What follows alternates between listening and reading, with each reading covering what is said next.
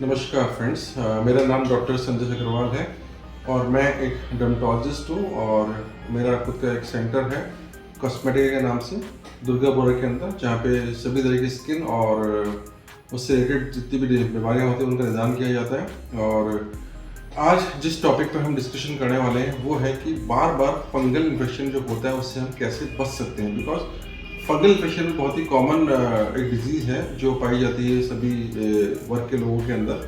हालांकि ये बीमारी बहुत कॉमनली गर्मियों के अंदर पाई जाती है, पर अब देखा जा रहा है कि थ्रू आउट द सीजन, पूरा सेशन के अंदर पूरे साल ये बीमारी लेके लोग घूमते रहते हैं। अब बार बार फंगल क्यों होता है इन्फेक्शन, बार बार एक बार ठीक होने के बाद क्यों होता है, इसके पीछे कुछ कारण है। सबसे पहला कारण जो होता है वो ये होता है कि पेशेंट जो होता है वो दवाई को पूरी तरह से ठीक तरीके से नहीं लेता है, उसका कोर्स पूरा नहीं लेता है।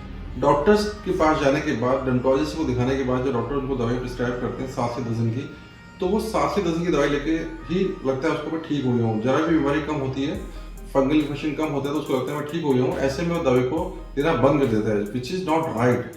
ये बिल्कुल भी सही नहीं है। जब तक भी आपको आपका डॉक्टर जिसको जो आपको ट्रीट कर रहा है वो आपको नहीं बोलता कि आपको दवाई बंद करनी है, तब तक आपको दवाई बंद नहीं करनी है। सबसे कॉमन जो कारण फंगल इन्फेक्शन बार बार होने का रीजन यही होता है कि पेशेंट का इम्प्रॉपर ट्रीटमेंट लेना, क्योंकि इसके अंदर कुछ वीक्स तक दवाइयाँ चलती हैं फंगल इन्फेक्शन के अंदर, लगाने की दवाइयाँ और खाने की दवाई, टॉपिकल एंटीफंगल और ओरल एंटीफंगल। वो आप अपने डॉक्टर से सलाह लेने के बाद कब लेनी है, कैसे लेनी है, कितनी डोज में लेनी है, वो आपको दवाई शुरू करनी चाहिए और बिना डॉक्टर की एडवाइस के उनको बंद नहीं करना चाहिए। ओवर द काउंटर पे जाकर आपको ये दवाइयाँ नहीं खरीदनी चाहिए। पेशेंट क्या करते हैं कि वो फ़ोन करते हैं, फ़ोन करने के बाद वो डायरेक्ट कई बार एडवाइस लेते हैं कि डॉक्टर साहब हमको फंगल इन्फेक्शन लग रहा है कि आप दवाई दे सकते हैं। तो पहली बात तो हम बिना देखे हमारे इलाज करना बड़ा असंभव होता है। हमें पेशेंट को देखना बहुत जरूरी होता है कि वो वाकई फंगल इन्फेक्शन है या कुछ और है। इसके अलावा कई बार पेशेंट जो होते हैं केमिस्ट से जाकर दवाइयाँ ले लेते हैं।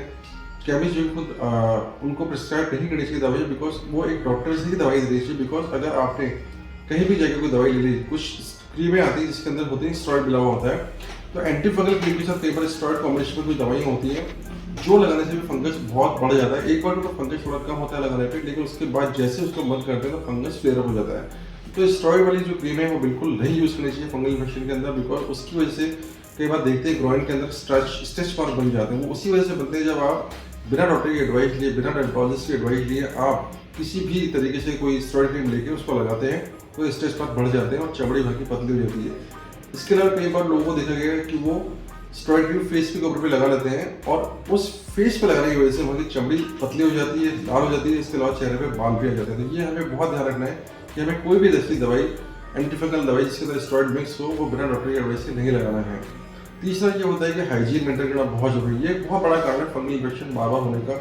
अगर आपको ग्रोइन के अंदर या बॉडी में कहीं भी फंगल इन्फेक्शन हो गया है तो नहाने के बाद अपनी बॉडी को अच्छे से सुखा के आपको कपड़े पहने, जो तौलिया आप इस्तेमाल करते हैं नहाने के बाद सुखाने के लिए, जिससे अपनी बॉडी को आप वाइप ऑफ करते हैं, उसको अच्छे से गर्म पानी में धो के अच्छे से प्रेस करके स्टिक करके रखना होता है। अंडर गारमेंट्स को भी रोज वॉश करना होता है, रोज उनको गर्म हीट कहते हैं प्रेस करके तभी पहनना होता है, बिकॉज हीट से फंगस मर जाता है। बार बार फंगस होने के चांसेस बहुत कम हो जाते हैं। इसके अलावा फैमिली के अंदर अगर आपको फंगस हो गया तो अपनी फैमिली के लोगों से पूछना भी जरूरी होता है कि आपको तो फंगस है, बिकॉज ये फंगस ट्रांसमिट होता है किसी से। अगर किसी फैमिली के अंदर किसी एक को फंगल इन्फेक्शन है और आपको नहीं है, अगर आपने उसको टॉवल इस्तेमाल किया है तो पूरे चांसेस उस टॉवल में फंगस ट्रांसमिट होकर आपको फंगल इन्फेक्शन हो सकता है। तो इसलिए अगर आपको फंगल है, किसी फैमिली में किसी और को फंगल इन्फेक्शन है, तो आप कृपया अपनी फैमिली में पूछे कि आपको तो इस तरीके की प्रॉब्लम नहीं है ना। अगर ऐसा होता है तो पूरी फैमिली का ट्रीटमेंट लेना बहुत जरूरी होता है। इसके अलावा जो दूसरे कुछ कारण है, कुछ बीमारियां होती हैं जिनके अंदर काफ़ी फंगल का इन्फेक्शन कॉमन होता है, जैसे डायबिटीज, ब्लड शुगर जिसमें बढ़ जाता है, उन लोगों के अंदर ये फंगल इन्फेक्शन बार बार होने के चांसेस बहुत रहते हैं। और उस फंगल इन्फेक्शन के नाम भी डिफरेंट होते हैं, तो वो भी हमें देखना होगा कि अगर आपकी शुगर हाई आ रही है और आपकी शुगर कंट्रोल में नहीं है तो भी चांसेस रहते हैं कि फंगल इन्फेक्शन बार बार हो। तो आज इस वीडियो में हमने आपको ये बताना चाहिए कि क्या क्या मेन कारण हो सकते हैं बार बार फंगल इन्फेक्शन होने के।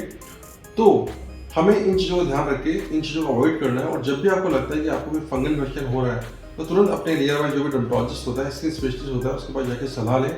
वो आपको प्रॉपर तरीके से बताएगा कि इस फंगल इन्फेक्शन के अंदर कितनी दवाई चलनी है, कब तक आपको ओरल मेडिकेशन लेनी है, कब तक आपको टॉपिकल एंटीफंगल लगाना है।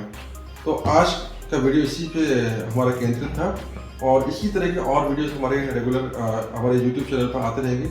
इसके लिए आप हमारा नीचे प्रेस आइकन है उसको बेंच है उसको प्रेस कर सकते हैं और साथ ही साथ हमारे चैनल को सब्सक्राइब भी करें। Thank you very much.